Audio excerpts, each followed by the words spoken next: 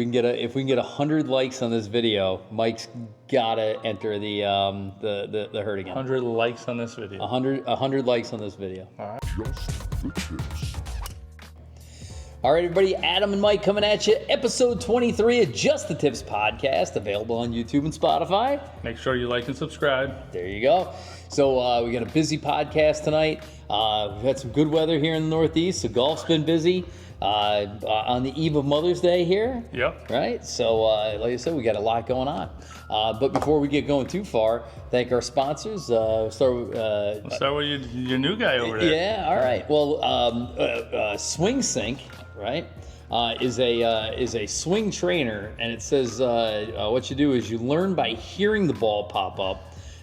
And it's got a stainless steel shaft and a golf training correct grip on there. I have zero idea how this thing works. Well, we'll find out. We'll let you guys know in the coming week. Yep. But those grips, dude, I have that on the Momentous and the fan that I use for training in here. Yeah. And is it frowned upon to get like a swing trainer re-gripped? Like go bring it to like sporting goods and get it re-gripped? I bet the grips are quite expensive, but this No, you get a regular grip on it because I don't really like those. Oh, okay. No, you can put a regular grip on a swing trainer. Yeah, all right. You know, I think, but these guys are pretty cool to us. They reached out. They said they like what we do. They don't want to review. They don't want anything. Sent it? They sent it. They said They were like, "Yo, we saw Mike swing. You need this." They said take some videos of you guys using it and send it back. Oh, so, cool. Yeah. So Cool. like I said, so Swing Sync will let you know how we make out. Yeah. All right. This is our first live unboxing. Yeah. We've had a lot of unboxing videos in the past. But this one's nice. Oh yeah? You didn't even look, did you? No, I didn't see what it was at all. Oh, you got a new pair of Sundogs, Yeah, dude. man. Good for you. Yep. Check There you these go. bad boys out. I'm surprised you didn't notice I didn't bring mine in. Oh, I don't have mine either. That's all right. Yep. What is this? Oh yeah, dude. These are the new 2024s. These are the True Blue, polarized. What else is on there? It's like the upper echelon of. So these ones are making it to the top, and then the next ones get knocked down to like. Those are like my playing catch in the backyard with my kids' sunglasses. Yeah. Then now I got lawnmower glasses. So Nice. yeah, these things are sweet. They're hot, dude. Yeah, dude.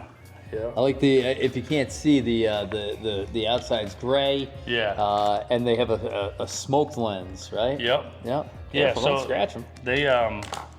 Yeah, these things are So Dude, I can see through that wall now. No. You know what's funny is now that you put them on, they're so shiny they're almost mirrored. Yeah, I like that. I like not having my eyeballs being able to be seen. Very cool. Yeah. So there seems to be like three tiers of Sundogs. There's like the regular everyday pair, and Yep. then the upgraded, and then there's the super level. Yeah, so they have like regular, then they have polarized, and then they have True Blue polarized. So, Okay. Yeah, it's pretty sweet. Yeah, and man. these are those ones. Good for you. Yeah, and they're solid. So remember to use the code JTT15 at checkout to get 15% off your Sundogs. There you go.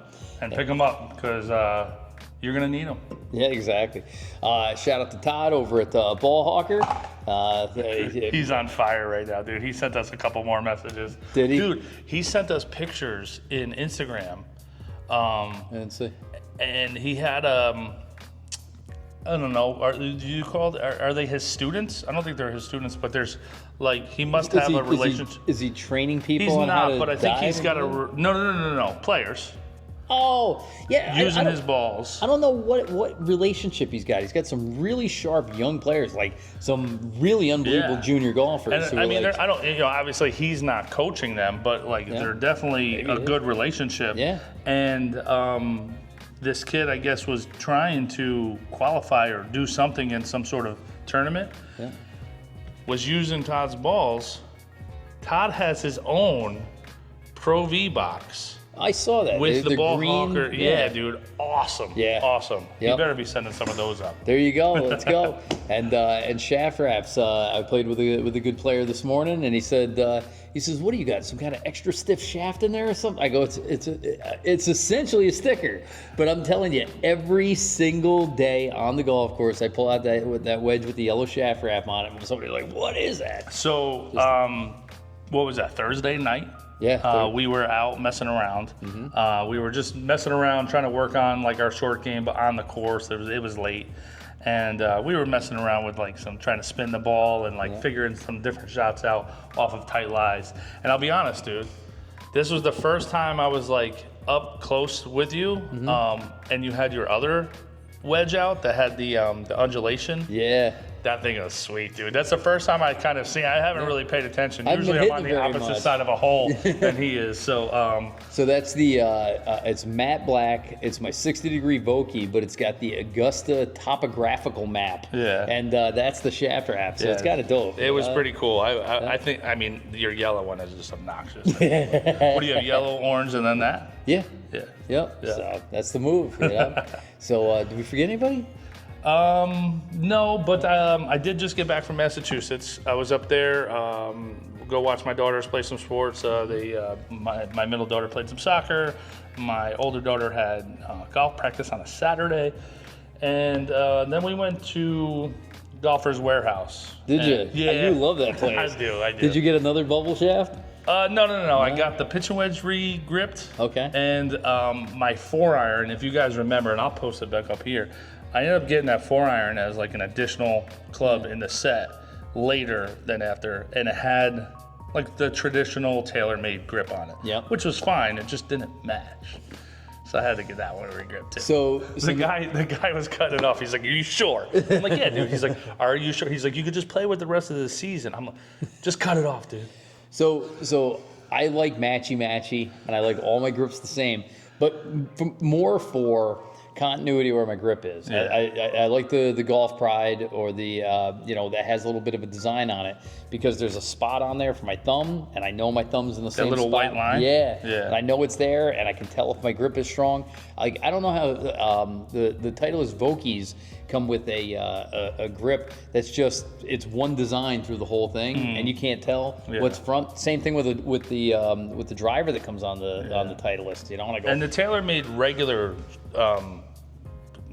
grips are the same way too. They're like this full black with a line on top and a line on bottom. So need a little something for my hands. And So I'll be good for you. honest, dude. I've been learning some stuff from you, just kind of really like picking your brain a little bit more. I sound like Money Mike now. But I didn't really look at the grip as like in depth as you did, and we were talking about it this past week, and then I ended up taking a lesson with somebody, and he was working on my grip as well, and it really, that little line helps. And then Golf Pride is in like a rectangle, but at the top of the rectangle it's a little triangle. Yeah. And then I was looking at that and I was like,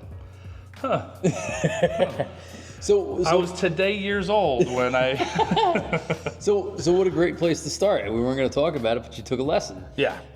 We got a guy that what's tough is, and we were talking about this before, is getting somebody that you trust, is getting somebody that can be consistent with you.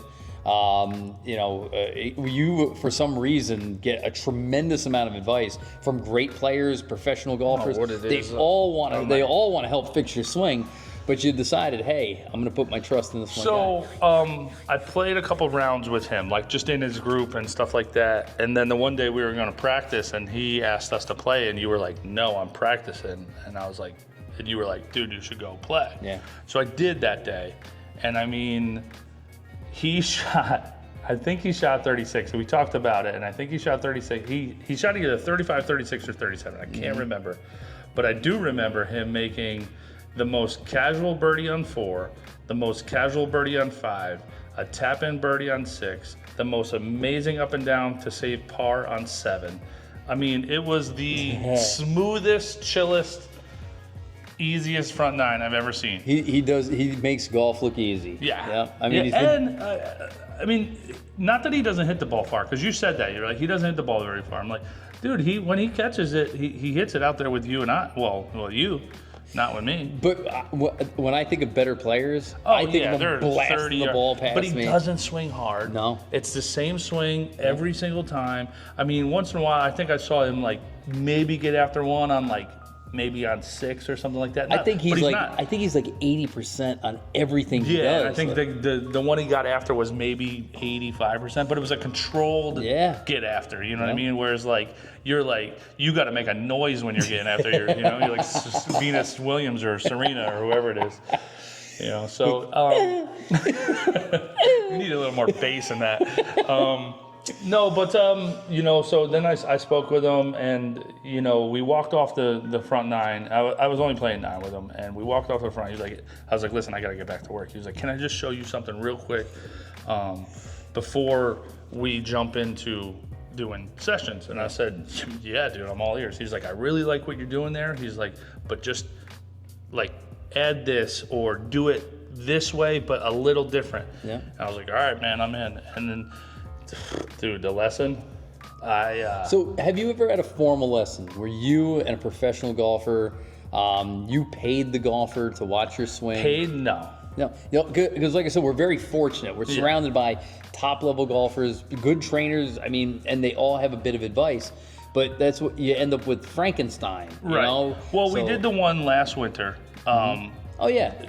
We didn't pay, but it was, I feel like it was official, but it was also kind of a little bit of a Maj Podge, like he was there with you, me. Exactly. This was just you guys by yourself on a range. Yep. And this was just about Mike.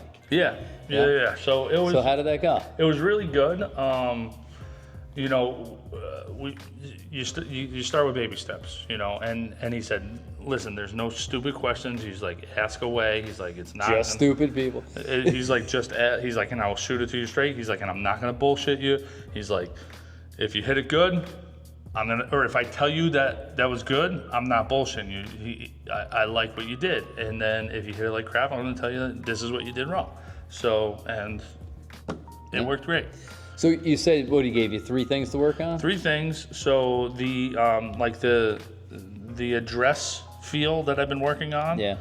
He wants me to do that. He wants me to flex the knee. And what I was doing with the left knee was I was rolling over to the outside of the left foot. So if your foot's here and you swing back and then you get your foot and up. I was like sliding and rolling and not really lifting up. You're Scheffler. You're doing the Scheffler shuffle. But I didn't have the outcome. So he wants me to like really drive that foot into the ground and keep a flexed knee over top. What I was doing, I was straightening that leg like too early. Mm-hmm.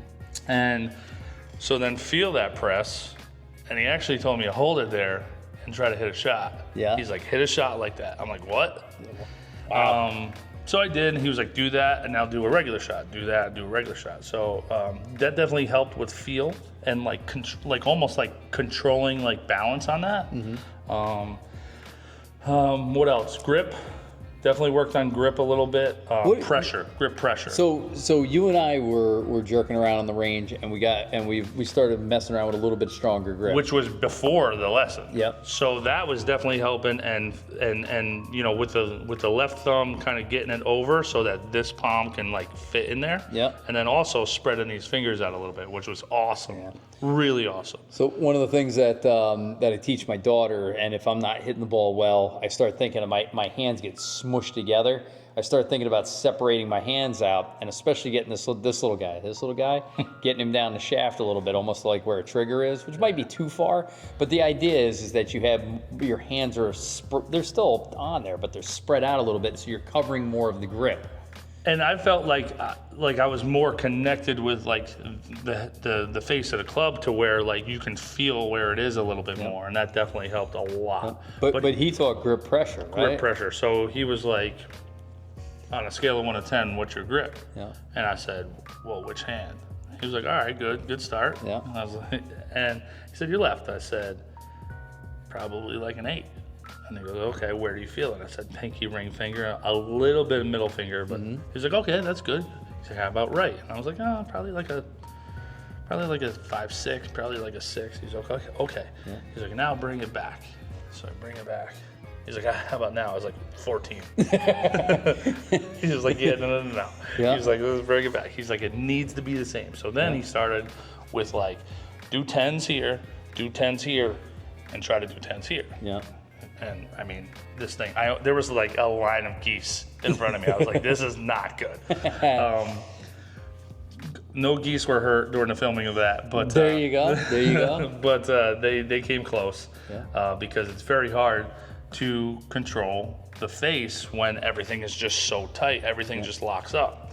So then he was like, all right, now do a 9, now do an 8, now do a 7. Really? Yeah. He didn't just tell you like it's a baby bird in your hand. Don't smush him, or it's toothpaste with the tube. No, again, so he's baby steps. So he's like, let's figure start out. at a 10. Yeah, start at 10 and then work your way down. And then I got down to a 6 and I hit like a couple good shots. And he's like, all right, now do 5, now do 4, now do 3. And I was like, dude, I can't do 2. Like 2 is like, all of these geese are gonna get their head chopped off right now. Just throwing pitching wedges. Yeah. So then he was like, all right, now work back up. And he was like, try a 4, then try a 6, then try an 8. And come to find out, it was like 6 was like my sweet spot. And 6 was the only one that I was really able to do it here and here as well. Huh. Yeah. I've never heard that before, because everybody just goes to, you're squeezing the club too hard, think about it like a baby bird, But if you're not comfortable with like a 2, and in all honesty, like I literally felt like a wet noodle when I was like a 3 and a 4. So like I hit the ball and the face would just go, you know what I mean? Like, so he's like, then that's not it. So that's what you and I talked about it. There's a difference between a guy who knows how to fix something or can tell you what you're doing wrong, and a guy who helps you understand. Cranking you down from a 10 to a 9, that to me, that's like genius. Yeah. That's really, really smart teaching. And I love it. Like you said, like find somebody who can talk to you the way that helps you understand it. And he knows what I do for a living. He understands. He's even played golf with me, so he's seen like my good and my bad. Yeah. Mostly my bad. But he also understands, like, he understands that I know that this isn't a fix in 3 sessions. Yeah. You know what I mean? Like, so it's like, hey, how do we correct your misses first? And so I think that's such a big thing, because it's always funny to me, like you go to a golf tournament and like the pro is given, out of the raffle, oh, congratulations, you won a lesson with the pro, and you're like, just one, not like 12. Yeah. In order to take steps forward, you could take somebody from here and just move them into this box.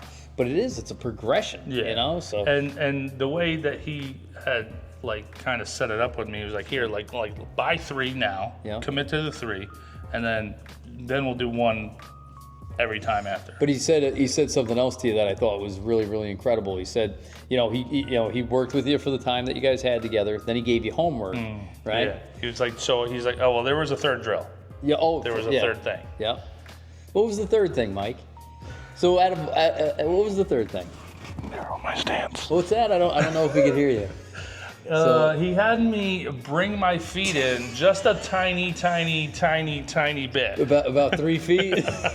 So if you haven't seen, go back to any video. Mike always looks like Mark McGuire digging in on a 3-2 count. I thought it was Albert Pujols. It was Pujols, yeah. Or delivering a baby. Oh my goodness, it's just the widest stance ever. So I joked with him. It's a very stable foundation. I got to give you that. It's a stable foundation. He goes, you need to be like, dependent on the club, obviously, is like shoulder width or inside shoulder width, like around shoulders. I'm like, so you're saying I need to make my shoulders bigger? If I want my feet out here, I need to get my shoulders out here. We're going to be doing shoulders for 2 months. That's funny, dude. Yeah. So he definitely brought my stance in. He was like, dude, I was hitting a pitching wedge and I was standing like the width of like most people's driver. Yeah. He's like, dude, it's not a big swing. He's like, you gotta. And dude, I'm telling you, he made something sound so. It was so like brain shattering of like being a tube. Yeah. Because like I felt like I was like a pencil. Yeah. And he was just like, just turn in this tube that you're in. Yep. Dude, I started my pitching wedge like 125. Wow. And like straight little draws. I was gonna ask you, so whenever I've had a lesson and you're working with somebody, like we worked with Jeff a little bit last year, and you come out of that and you're like, okay, I guess I don't know how to play golf. It's gonna take all summer to put myself back together, and it's gonna be good. But you saw immediate results. Well, so something that I struggle big time with is like, I need a feeling. I need to feel it. Yeah. And then I need to continue it. And he said that. He was like 5,000 repetitions before it becomes a thing. That was huge. But 5,000. yeah, Holy which, cow. I mean, depending on how often you play and how often you practice, that can be 2 weeks, it could be 4 weeks, it can be 6 months. So I was just thinking, how many at Ascot? How many buckets are in the big ball? How many balls? You said like 90. Like 90. Yeah. So round it off to 100 to make the math easy. It's there's 50 of those. That's 50 of those. Yeah, 50 of those. Yeah. At $18 a piece. We're gonna be at set Wiltwick. that net up in your backyard. Yeah, exactly. Well, that was the thing, is I only hit pitching wedge and 9-iron, so we can do that. Which was what mind blowing that you didn't have a 7. Almost every lesson I've had has always been with a 7-iron. Yeah, he said grab something else, but he said he's like, what are your trouble clubs? I said, for some reason my 9-iron. Like my 9-iron should be like my 135 club, and I don't know what it is because I don't hit it because it doesn't go where I want it to go. So if I need to hit just skip it. You go from pitching wedge to 8. You so hit a my really pitching hard wedge pitching wedge is or an like easy 8? like I can't swing a full pitching wedge. Well, I can now. Yeah. But I usually hit my pitching wedge like 100. It's my 100-yard club. I just nice little 75, 80% swing. And then it's 8-iron. And my 8-iron can go anywhere between 8 yards and 80 yards and 148 yards. Okay. So, all right. But I like my 8-iron as like a little 3/4, like 120, 115. So and it's a little more controllable. But after this lesson, so what I was going to say before was a thing I struggle with is I lose that feel. If I take a little break, if I sip water, if I take a phone call, something, I literally go back and it takes me 10 swings to get that feel back. Okay. And that's me on the course as well. So like you go to the range and you hit driver and you're like, oh, this is what I didn't do on that swing. Let me do that this next swing. Yeah. 10 seconds later, and then you can do it. Well, on the course, you don't do that. Like you hit your net, you hit your iron, and then you hit your wedge, and then you hit your putter, whatever it is. Yep. And by the time you get to the next tee, you're writing down your score. You're like, all right, in the wind. You're not thinking about the thing you didn't do on the last tee. Yep. So I struggle with that big time. So what I purposely did, and I don't know if he purposely did this or not, but I would hit like a couple balls. Like one would be bad, and the next one would be like close, maybe a little chunky, maybe a little thin. Next one would be perfect. Yeah. Then the next one would be perfect. Then the next one would be perfect. And then we would talk for like a second, maybe 10, maybe 20 seconds, maybe 2 minutes. He would give me like another like fact or something like that. And then I'd go back and I'd hit it again perfect. Wow. And that's something that really doesn't happen with me a lot. Yeah. Was like, I would need a ball or two to get back to that feel. But on the course, you don't have it. Right. It's every shot. So. Exactly. And so that's what I struggle with. And you've been saying that you're having a hard time taking the range to the course. Yeah. So, big time. So I said that to him too. I'm like, eventually, how do we get this out there? He's like, we'll talk about that. So I love the fact that you got a long-term plan, that you got a guy that, I mean, we all respect, and you guys have He said one more thing at the end. Yeah. He was like, I want you to do these 3 drills, 2 hours of practice before you call me to set up your next one. I said, okay, I'll call you in 2 hours. I did stay in practice for like an hour after, but he had probably 100 balls out there waiting for me. Yeah. We probably hit like 60 of them, so I just stayed and hit the other 40. But there I you go. hit driver a fair amount. I stayed with the pitch and wedge. I actually ended up going down to an 8-iron after he left to just kind of get it into another club, and then I hit a few drives, which That's awesome. I was peppering that tree out there. Yeah. When are you going to see him again?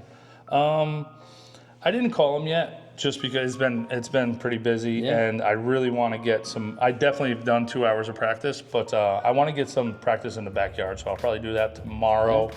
I didn't do anything today, so I want to get that feel tomorrow, and then I'll call him. Very cool, man. I couldn't be more excited. So you're taking some major leaps. You got your first real lesson. You got a swing coach, a guy who's moving you in the right direction, and then I got you out playing league. Yeah. Yeah. So. Yeah, dude. I mean, so I've never played in a league. Yeah. And everything that you've talked about, the Tuesday night league is like the fun guys, the drinking, the 3-hour 9 holes, stay after, and that stuff. Yeah. And then you said this one is like a little more serious. So no, I take it way more seriously than it deserves. You don't say. So the Thursday nights is supposed to be a fun drop-in league without a lot of competition. What does the drop-in part mean? Explain that. It means that you're not married to it. You don't have to play every Thursday. No, and you don't have to be a member. You could stop. You could play once, and that's all you ever played. You could What play would you once get a out month. of that? Towards the total, towards the end game. No, nothing. You wouldn't be playing, but say you're like, one Thursday night a month, I want to go out and play. Like nobody can stop you from playing, right? Okay. Or hey, I'm not a member up there, but it'd be kind of cool to play, and I know they're having a scramble, and instead of spending $150 a guy on a scramble, let's go up to the course and play, There you go. Okay. 35. Okay. So what's cool about this drop-in league though is that it's all season long. They go, very cool, all season long, and at the end of the season, they play for the King of Wiltwick. My first year playing it, I was the King of Wiltwick. I'm, I guess, former King of Wiltwick, and they gave me You were dethroned? I was the very following year, but Yeah. I'm on a mission to. So this is supposed to be this light, fun league. Dude. I've assembled a team. I have special practices. We're gonna have a team meeting. I'm gonna make sure that we acquire enough points that at the end of the season, if you're in the top 10, you battle it out in a I can describe. But it what as, does that have to do with your team? You don't get team points. You don't get team points, but here's what happens, right? So you play all season. At the end, they have a steel cage match, I still don't know what's going on. right? So I'll start again from the beginning. No, I got it. I'm caught up till now. It's every Thursday. Yeah, All no, right. okay, good. Every Thursday we go. So you can show up, and if you show up as a single, it's great. But you don't know what the format is. They change the format every week. Gotcha. So like this week was easy. It was individual, low net, 80% handicap. Not what I was expecting when I showed up. Right. By the way. No.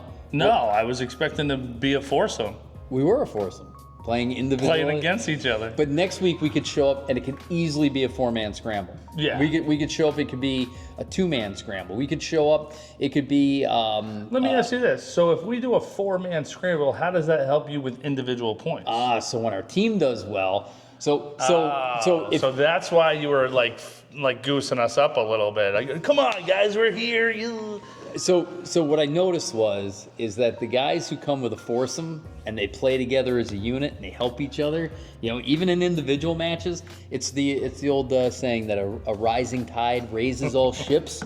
We're the four of us are going to get into the finals together. So if we're playing individually, I'm rooting for you, man. I really am, right? I mean, I'm going to win, but and take the most points. But when we play together as a team, whether it's 2-man or 3-man or 4-man.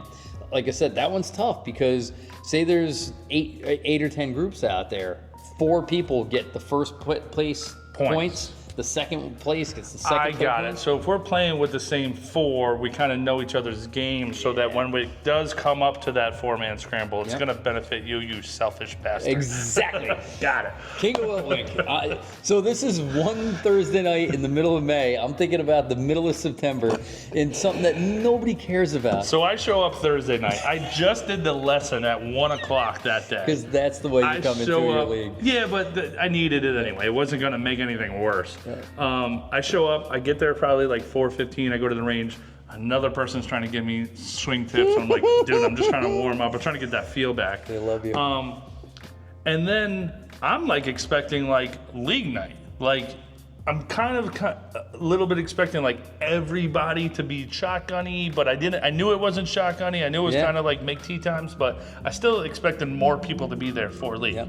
And then all of a sudden we get this like speech from you on like the first tee, and I'm like, what's happening? All right, guys. I've assembled you guys for a specific reason. You might be asking yourself, why did Adam ask us out to the first Get tee us today? matching shirts, like we're on the bowling team together. Listen, this is very important to me. What happened is I used to play in it, and then I had a position that had a meeting one Thursday night a week, and then that became 3 Thursday nights a month, right? And then all of a sudden I couldn't play in this thing anymore, right? So I'm like, I miss it. I want the chalice back. I want to win. So then we got cut on the first tee. Oh, So that's no.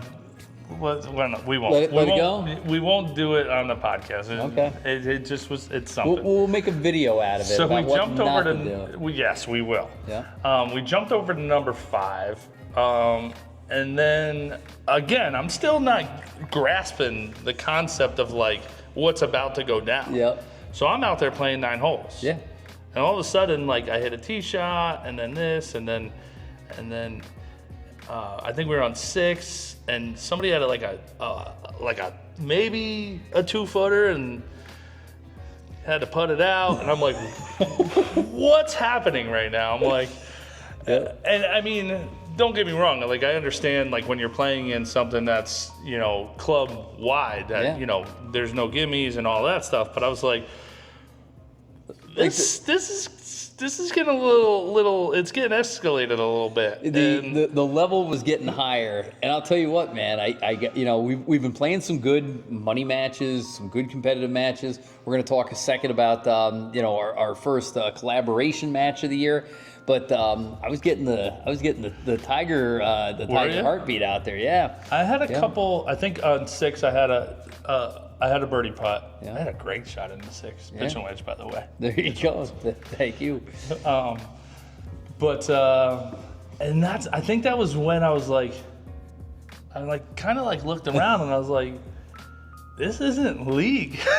I'm like, this is singles. A 4-ball singles match going on right now. Yeah. And it hit me then. I was like, oh, I'm not out here for a nice casual 9 at 6 o'clock at night on a Thursday. No, this is life or death. This is the most important thing in the world. But it's funny because they have these things. They try and make them so light. They have something called the 9 wine and dine. And you show up with your wife, you know, your significant other. It's like a date night. They match you with another random pair of, you know, couples who are out for a date night. Usually a guy who decides he's going to teach his wife how to play golf. And, right, just a nightmare. I've caddied for that. And I get out there, and you're supposed to have a couple drinks, play a 9-hole scramble. If you win, you get like a hat. And it's a nice dinner, and you have a glass of wine, and you call it a night. The one lady's like, Are you like a phys ed teacher? Are you like a football coach? Are you a drill sergeant? she's like, no. I like it. I'm just like, I understand we're like all a team I'm here. just never playing with you ever again. So after the 9 wine and dine, do you not let Jamie have wine because she didn't earn it? Is It's not that.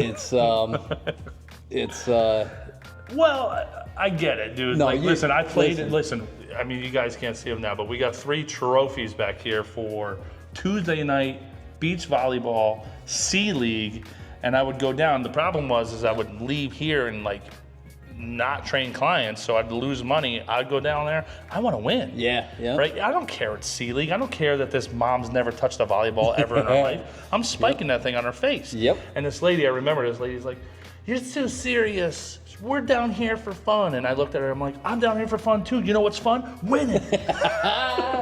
And we won a championship. So there you go.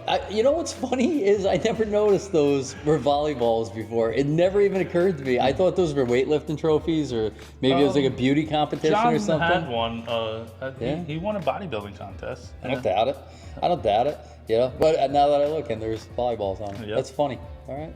I was today years old. Those were volleyballs. But yeah, you know, I mean, when you're going into something, and I like that about you, that like, hey, if there's winners and losers, then let's try to win this thing. Let's win. Yeah, let's try anyway. Let's give her our best and see what happens. And that was probably, I mean, I don't know if it would have changed how I played because I played like crap, but maybe mentally going into it, I probably would have been a little more like mentally prepared and maybe gathered myself a little bit better. Well, I think we got a lot of cool stuff happening this year. You're gonna play. You got your first lesson, first league. We're gonna get you in your first tournament. We got the Hertigan coming up, Ulster County Men's Championship qualifier. Why don't we do this? If we can get 100 likes on this video, Mike's gotta enter the Hertigan. 100 likes on this video. 100 likes on this video. All right. Maybe we should put that in the beginning of the video. All right. Well, you can take this out and then put this up in the front. So, all right. last. I was going to say, speaking of, you guys are going to see a lot of videos coming out. One of the things, and we talked about it all winter, was the collaboration with our viewers, with other channels, and we put it out there, and boy, this one guy started hitting us hard. Yeah. He's like, we got to play, we got to play, we got to play. You know what's crazy is I could hear his actual voice through the text, through the messages. So did you know him before this? So I didn't. Okay. I didn't, and then I kind of like what was this? Like stalked him a little bit. I'm like, I think I know this guy. Yeah. I don't know him though. I'm like, I think I've seen this guy somewhere. If you remember last year, we were walking off a 9, and it was probably, I don't know, Jack was still doing his class because his son was doing the class, and we're walking off 9, and this guy goes, hey guys, just the tips. And I was like, oh, hey. And I'm like, that was the first time anyone's ever said anything to us, besides like the normal people that kind of knew what we were doing. First time somebody random. And I got to 10T and I was like, that was freaking, that was awesome. I have no idea who he was. Yeah. It was him. Really? Yeah. Yeah. Right. So he's like the original fan. Yeah, he's the OG. Yeah. He's fan number one. But you start talking to him like, I should know who he is. Like, Jimmy Wawa wants to play, Jimmy Hargrove wants to play. And I'm like, who is this guy? I'm like, I don't even know. He's like, we got invited Well, over. I kind of thought you knew him. I don't know. Because he just jumped in and he was like, let's play, guys. And we were like, all right. And the way you talked about, I thought he was like a friend of yours from high school or something. I'm like, okay, we'll play Jimmy Wawa. He's a good dude, though. He's a great dude. So not only is he so enthusiastic about golf, about their home course, Twaalfskill, right? About just the tips. And how when you asked him what he does, like how, he was so pumped to tell you all about that. That was awesome. Yep. So he's on a boat right now. So let's see, a merchant marine, right? You asked him. I think I was putting for a triple bogey when you were talking to him. Yeah, but yeah, he does something. So he's at sea. He's like on a boat, not a boat, like a barge, like a ship. Yeah, like a container, like this thing that's the size of the Hudson Valley Mall. Well, the thing that hit the bridge down in Baltimore. It wasn't his though. No, it wasn't his. But that's what I pictured him being on as a big. So my favorite thing is now that we're friends and we are. Hey, listen, if golf doesn't do anything else for people, it brings them together. It's the greatest social game in the world. But now he's texting me pictures of him on this barge. I'm putting it in here. In the middle of the whatever ocean he's in, and he's somewhere in the world. I don't even know where he is. Yeah. And he's got a piece of turf about this big, and he's got a club, and there's a ball in the middle of it, and all you see is the ocean.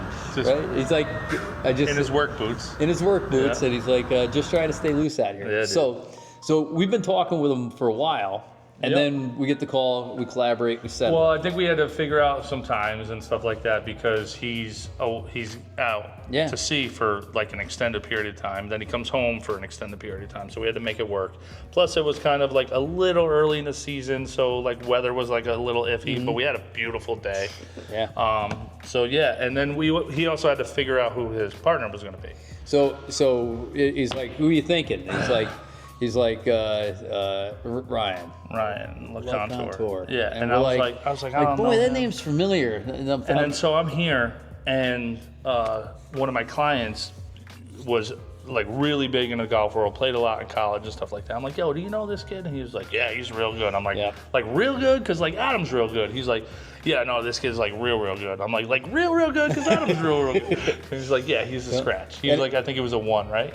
And I'm looking, I'm trying to, I go, uh-oh. And now I don't know how Hargrove is. And I said, it's going to be a good match no matter what. I said, we'll have fun. But I said, if he's rolling out some big guns, if he's rolling out Ryan. Well, and then not only that, we get onto the first tee, and we're not going to go into the match because we're going to pump out. You guys are going to love it. Stuff God. All week, and you got to stay tuned to see who won throughout the week. But we get on the first tee, and Hargrove's like a 9, right? Yeah, he's a 9. Ryan was like a 1. I think he was, I don't know, 1 or 2 at that course. And I played Twaalfskill once, and I remember it being like kind of like just quirky, like in its own way. It's got its cool holes, but it's different. Like you're not hitting driver off the first tee, and you also can't see the hole at all. Yeah, but you're just looking at a bank of woods. Did you talk to him? What clubs they had?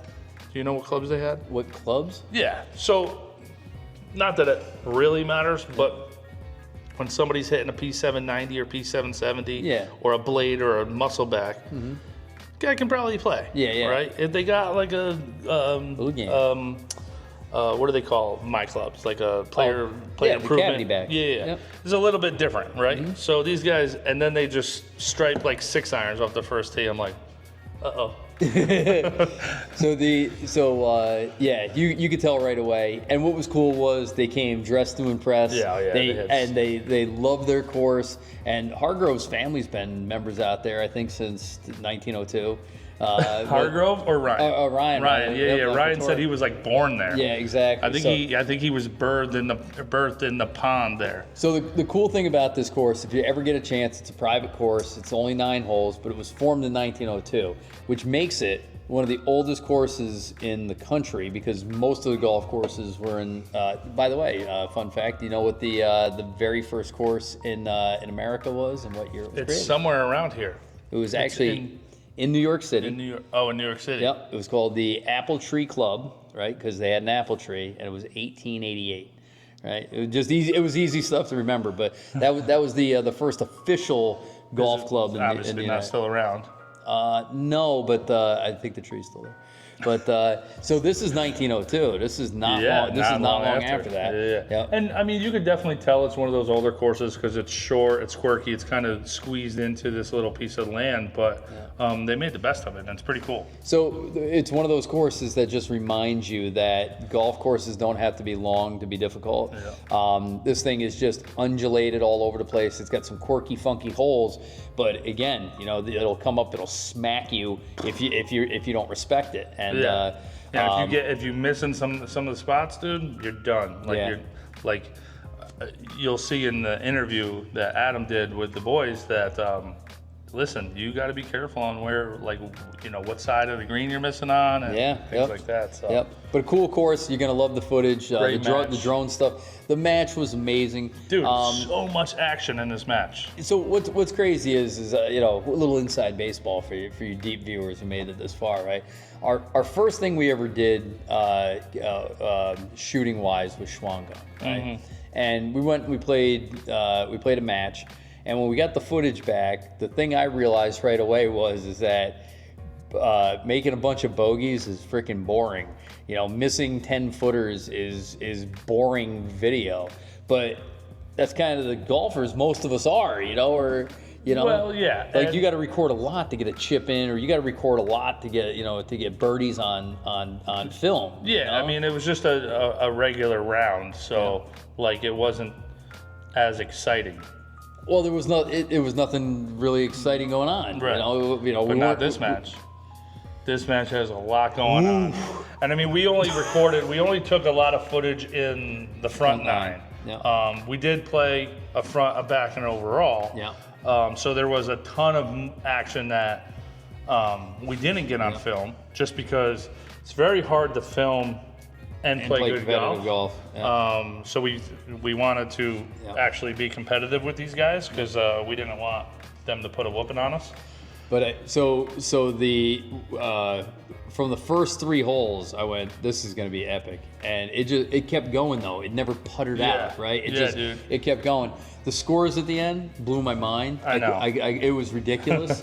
My favorite thing though, and I haven't seen it yet, and I'm so excited about it, and is we put GoPros in the carts. Yeah. So you and I haven't even looked at all that footage. So you and I, we know what we said. Yeah. But I don't know what they were doing in there, but there's like a terabyte of video on there, and they were having a blast. Yeah. So it's going to be like opening that box up. It's like Pandora's box. When they get back, when Jimmy gets back, we'll play again. We're gonna bring him up to Wiltwick. Yeah. We need a even up match number 2. We'll probably do like a best of 3, best of 5, something exactly. like that. Best of 107. Yeah, that's any fine. odd number. Yeah, any absolutely. odd number. But long story short, guys, these guys are beautiful guys. They're such a fun couple guys to play with. They play out of mind. It was on the day of the eclipse. We don't have a ton of footage of whatever happened, whatever we want to call that. Yeah. It wasn't full in our area. It was damn near full. But I mean, dude, it was like... It got weird out. It was weird. My eyes were like... it was kind of almost that weird, like, you got to blink a few times to get that, like, morning fog out of your eyeballs, and it just wouldn't go away. It was like green out. It was like, yeah. It was like a cast It was like of green. like, to me, it was like a full moon. Yeah. Light. It was definitely weird for like a whole, and it got cold. Remember, it dropped like a good 15 degrees. Yeah, and we're in the middle of the match. I mean, dead in the middle of this match. So Yeah. It was so a good time. I'm very excited to bring this content to you guys. I think you're absolutely gonna love it. So, like I said, we got a lot going on. A lot of golf to play. Workouts are going good. I went to the doctor the other day, and it's the lowest my doctor's ever seen me as far as weight goes. Dude, that's awesome. Yeah, and he was pumped. He's Now, like, what are you down for in May? Because we had goals for May. Yep. So May I wanted to drop 10 pounds and get 10 pounds more on Your big lifts. On the big lifts. So like bench press, squats, all those kinds of things. So just absolutely murdering it. The first week I lost 2.5 pounds. I got on his scale, which you figure is doctor scale, and I was like 180. And I'm like, that's like a really good weight for me. And what were you here to start? 185. All right, nice. Yep. So right there, probably 5 pounds down. But the big lifts, dude. So some of these big lifts are just devastating me, but the results are like instantaneous. Like, oh, there's a new muscle. Like, holy God. But we did have the one. What's the squeeze your leg one in called? Adductors. Adductor. Yeah. Yeah, that thing. I felt like I'd ridden a horse through the desert for a week, man. I couldn't get myself together. I go, oof. But no, just as far as workouts go, couldn't be better. Golf is getting really good, making a ton of birdies, hitting a lot of big drives. Iron games coming together. Putting is ridiculous. I played this morning on number 6. I hit the ball through the fairway. The rough is like this. I hit the shot perfect. The club never touches the ball, right? There's that much rough. It shoots it straight into the sand trap, right? I go to hit it out of the sand trap. I hit it into the face of the trap. It kicks up. It rolls off almost all the way off the green on the top. I have a 45-footer. I go, you guys want to give me this? I said I'm going to make it anyway. They go, tap that in for par. Right in the back of the cup. Dude. Really? Yeah, that's the second time. Dude. I've made like You 40 plus putted footers. your ass off on Thursday Night League. Like, again, I kind of thought I was on your team, but I also knew I was playing against you, and we're always playing against each other when we're not partners. Yeah. The amount of feet of putts you made that night was ridiculous. Yeah. Yeah, I'm putting. Why don't you just play? Why don't you hit with that like out of the fairway? Like the hardcore that thing? No, the ping. should hardcore. they make hardcore irons? Oh, black with a little red plastic thing. They're this big. They're Ping, gigantic. hook it up. It would look like this. It would be like this on a stick. Yep. Hardcore irons. I love it. Yeah. Oh, dude, I played with the guy today that you played with last week. Yeah. Did he tell you how much his irons cost? No. Did you even see what's in his bag? No. I'd never seen these clubs before. He hit a bad shot, and he looked at it. He goes, "Can't throw these." And I go, "What are those? Titleist?" And he goes, "Oh no." He goes, "These are from Japan." Oh, I thought they were the Tacomas or these were Pro Form or something. they have a little gold No. circle in them. Black cavity backs, right? I don't know what they're made of. It looks like glass on the back. Stainless steel around there. It says Pro Form or Pro X or something like that, right? $380 an iron. Oh my god. $380 an iron. An iron. An iron. Wow. He was custom fit for him, and he's like, that's why every time I hit a bad one, he's like, I don't know what to do because he's like, they were so expensive. Yeah. Just, dude, have you seen that thing? It's like you could $3,200. hook it up to a cart, like on the thing on the cart, and it's a punching bag. You punch this one. I love it. I love it. I love it. Like I said, I think that's a podcast. Yeah, definitely. All right? So shout out again to the sponsors. We're gonna sit here in the gym and figure out what this thing does. Yep, definitely. And like I said, no golf tomorrow, Mother's Day. Happy Mother's Day to all the mothers out I'm there. gonna hit some. You're gonna hit some balls in the backyard. Yeah. I mean, maybe go to the range. 9 quick holes. Yeah. I got maybe 27. I got the you don't have a tea time for Sunday? No, it's Mother's Day. Why would I? Oh, you could play. I'm like, is this a test? I'm like, no, of course I wouldn't play on Mother's Day. She's like, no, like in the morning. I'm like, Yeah, but no. Like, And then you're gonna sit around all day tomorrow and do nothing. And you're like, I should have played golf. I got a busy day. My goal is to get so much work done that I don't have to do any more work around the house for the rest of the summer. Yeah, I wish I could permanently cut my lawn, just like. That same guy with the crazy sticks had a 15 by 30 putting green put in his I backyard. heard him talking about that. Yep. And had it. He got to pick the speed. Oh yeah. Yep. So on the stemp meter, it's running Augusta. Really? Yeah, synthetic Augusta. Nice, like a 15. Yeah. Nice. Anyway, All right. let's see what this thing does. I'm Adam. I'm Mike. Just the tips. Just the tips.